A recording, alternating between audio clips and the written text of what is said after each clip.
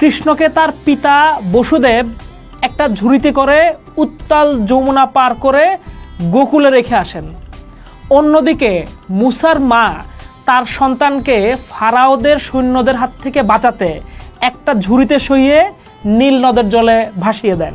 একদিকে মথুরার কংস, অন্যদিকে মিশরের ফারাও।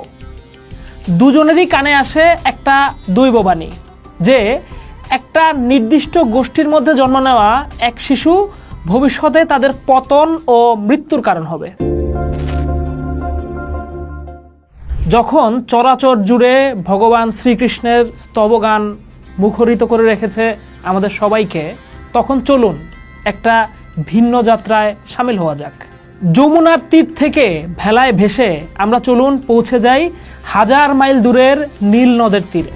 কারণ মানব ইতিহাসের দুই মহাকাব্যিক ব্যক্তিত্ব শ্রীকৃষ্ণ এবং নবী মুসা আলাইসাল্লাম, এই দুজনের জীবনের ঘটনা প্রবাহে যে আশ্চর্য সাদৃশ্য লক্ষ্য করা যায় তার নিছকই দৈব বলে এড়িয়ে যাওয়াটা কঠিন।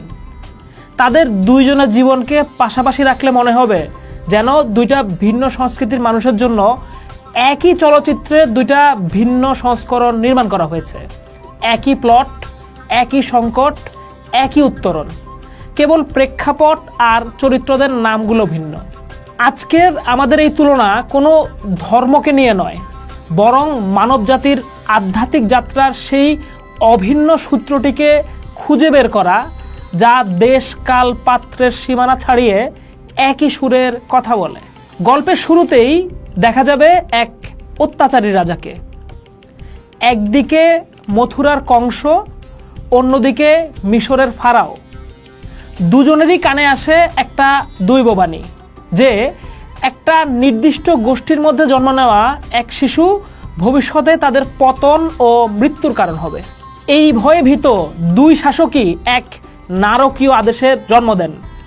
ভগবত পুরাণ অনুযায়ী কংস তার বোন দেবকীর একের পর এক সন্তানকে জন্মের পরেই হত্যা করতে থাকেন।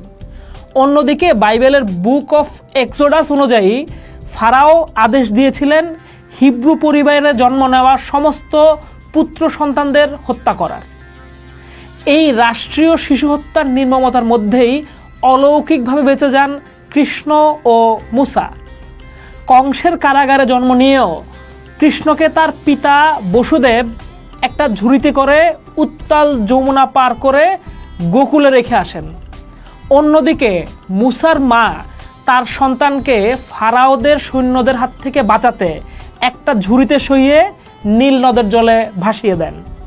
বাইবেলের বুক অফ এক্সোডাস এবং পবিত্র কোরআনের সূরা আল কাসাস উভয়ই এই অলৌকিক যাত্রার কথা বলে। দুইজনেরই যাত্রা শুরু হয় একটা ঝুড়িতে, আর দুইজনেরই রক্ষাকর্তা হয়ে ওঠেন একটি নদী, একদিকে যমুনা, অন্যদিকে নীলনদ। এরপরের ঘটনা প্রবাহে একটা বৈপরীত্য আছে, যার ভিতরেও আছে একটা গভীর সাদৃশ্য। রাজ পরিবারে জন্ম নিয়েও কৃষ্ণ বড় হলেন গ্রামের সাধারণ গোয়ালাদের ঘরে, মা যশোদার স্নেহ ছায়ায়।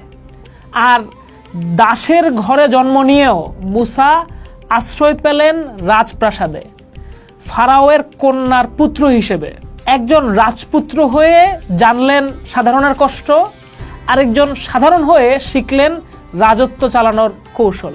দুজনেরই দুজন করে মা, একজন জন্মদাত্রী, আরেকজন পালনকর্ত্রী। এই দ্বৈত পরিচয়ই যেন তাদের ভবিষ্যতের মহান ভূমিকার জন্য তাদেরকে প্রস্তুত করেছিলেন। যৌবনে পদার্পণ করে দুইজনকেই মুখোমুখি হতে হয় সেই অত্যাচারী শাসকের, যিনি তাদের জীবনের শুরুতেই হুমকি হয়ে দাঁড়িয়েছিলেন। আশ্চর্যের বিষয়, দুইজন শাসকের সাথেই তাদের ছিল ঘনিষ্ঠ সম্পর্ক। কৃষ্ণকে যুদ্ধ করতে হয়েছিল তার নিজেরই মামা কংসের বিরুদ্ধে, আর মুসাকে দাঁড়াতে হয়েছিল তার পালক পরিবারের প্রধান ফারাওয়ের বিরুদ্ধে। তারা দুইজনই নিজেদের নিপীড়িত জাতিকে, কৃষ্ণ যদুবংশ এবং মুসা বনি ইসরায়েলকে অত্যাচারী শাসকের হাত থেকে মুক্ত করার জন্য এক দীর্ঘ সংগ্রামে নেতৃত্ব দেন। দুইজনের সংগ্রামই ছিল শুধু রাজনৈতিক মুক্তি নয়, বরং অধর্মের বিনাশ করে ধর্ম ও ন্যায় প্রতিষ্ঠা করা। এই দুই মহাপুরুষের জীবনের সাথে সমুদ্রের সম্পর্ক অত্যন্ত প্রতীকী এবং অলৌকিক। মগধরাজ জরাসন্ধের লাগাতার আক্রমণ থেকে নিজের প্রজাদের বাঁচাতে শ্রীকৃষ্ণ এক সুরক্ষিত রাজধানী নির্মাণের প্রয়োজনীয়তা অনুভব করেন। তিনি সমুদ্রের দেবতার কাছে প্রার্থনা করেন তার রাজ্যের জন্য একটু জায়গা চেয়ে। কথিত আছে সমুদ্র তখন সরে গিয়ে এক বিশাল ভূখণ্ড কৃষ্ণকে দান করে, যার উপর দেবশিল্পী বিশ্বকর্মা নির্মাণ করেছিলেন অভেদ্য দ্বারকা নগরী। এখানে সমুদ্র একজন দাতা। অন্যদিকে ফারাওয়ের সেনাবাহিনী যখন হিব্রু জাতিকে তাড়া করছিল, তখন নবী মুসা আলাইসাল্লাম ঈশ্বরের আদেশে তার লাঠির আঘাতে লোহিত সাগরকে দুই ভাগ করে ফেলেন। সেই শুকনো পথের ওপর দিয়ে তিনি তার জাতিকে নিরাপদে পার করে নিয়ে যান। তার পেছনে আসা ফারাওয়ের সেনাবাহিনী সেই সমুদ্রের জলেই ডুবে মারা যায়, যা বাইবেলের এক্সোডাস এবং পবিত্র কোরআনের সূরা আশ-শুরাতে বর্ণিত আছে। এখানেও সমুদ্র পরিত্রাণের পথ এবং অত্যাচারীর বিনাশের কারণ। দুইজনই তাদের ঐশ্বরিক ক্ষমতায় সমুদ্রকে নিজেদের জনগণের কল্যাণে ব্যবহার করেছিলেন। নবী মুসা আলাইসাল্লাম সিনাই পর্বতে ঈশ্বরের কাছ থেকে 10টি আদেশ বা 10 কমান্ডমেন্টস প্রাপ্ত হন, যা তার অনুসারীদের জন্য ছিল নৈতিকতার সর্বোচ্চ বিধান। একইভাবে কুরুক্ষেত্রের রণাঙ্গনে শ্রীকৃষ্ণের মুখ থেকে নিঃসৃত ভগবদ্গীতাও কোটি কোটি মানুষের জন্য এক আধ্যাত্মিক ও নৈতিক জীবন বিধান। দুটির প্রেক্ষাপট ভিন্ন, একটি সরাসরি আইন, অন্যটি দর্শন, কিন্তু মূল সূত্রগুলো খুবই কাছাকাছি। ঈশ্বরের একত্ব, কর্তব্য পালন করা, ফলের আশা না করে চেষ্টা করে যাওয়া, হিংসা বা লোভ না করা ইত্যাদি। দুইটি গ্রন্থই একটি জাতিকে শুধু রাজনৈতিকভাবে স্বাধীন করেনি, বরং আত্মিকভাবে বেঁচে থাকার জন্য একটি নৈতিক মেরুদণ্ড প্রদান করেছে। এবং দুজনেরই নির্দেশনা আজও শত কোটি মানুষের জন্য প্রাসঙ্গিক। এই মিলগুলো শুধু কৃষ্ণ আর নবী মুসা আলাইহিস সালামের মধ্যেই সীমাবদ্ধ নয়। একটু খেয়াল করলেই দেখা যায় পৃথিবীর প্রধান অবতার, নবী ও মহাপুরুষদের গল্পের মূল কাঠামোতে এক অদ্ভুত সাদৃশ্য রয়েছে। যেমন মৎস্য পুরাণে মনু এবং বাইবেল ও কোরআনে নবী নূহ আলাইহিস সালাম দুইজনই একটা মহাপ্লাবন থেকে মানব ও জীবকুলকে বাঁচাতে দৈব আদেশে একটা বিশাল নৌকা তৈরি করেছিলেন। এইটা নিয়ে আমরা পোস্টে আলাপও করেছি। এই মহাপ্লাবনের মিথ আরও পুরনো সুমেরীয় সভ্যতার গিলগামেশ মহাকাব্যেও দেখা যায়। আবার ভগবান রাম ভাই লক্ষ্মণকে নিয়ে স্ত্রী সীতার সাথে বনবাসের পথে চলেছেন। আবার নবী ইব্রাহিম আলাইহিস সালাম ভাইপো লুতকে নিয়ে স্ত্রী সারার সাথে জন্মভূমি ছেড়ে যাত্রা করেছেন।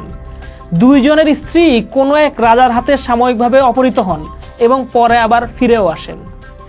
এই গল্পগুলোকে তুলনামূলক মিথ তত্ত্বের গবেষক জোসেফ ক্যাম্বেল তার the hero with a thousand face গ্রন্থে মনোমিথ বা নায়কের যাত্রা হিসেবে চিহ্নিত করেছেন।